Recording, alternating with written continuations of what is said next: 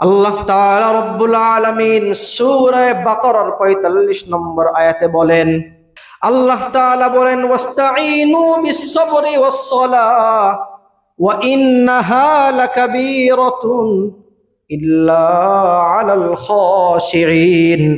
আল্লাহ তাআলা বলেন, তোমরা ধৈর্য এবং নামাজের মাধ্যমে আমার কাছে সাহায্য প্রার্থনা করো। ধৈর্য এবং নামাজের মাধ্যমে আমার কাছে সাহায্য প্রার্থনা করো। ওয়া ইন্নাহা লাকাবীরাতুন, এই ধৈর্য এবং নামাজ মানুষের উপর কঠিন হয়ে যেতে পারে।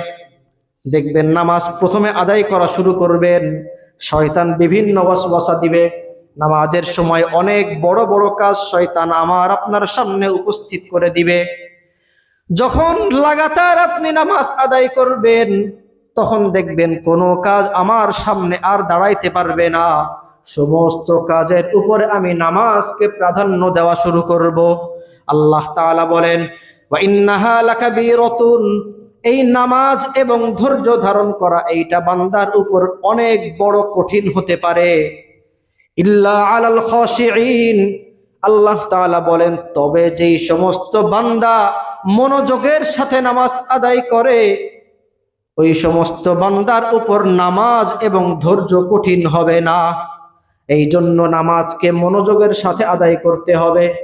নামাজে দাঁড়াইয়া দাঁড়াইয়া যদি আমি বিভিন্ন কথা চিন্তা করি, এই নামাজটা কিন্তু আমার উপরে কঠিন হয়ে যাবে। এই জন্য মনোযোগের সাথে নামাজ আদায় করতে হবে।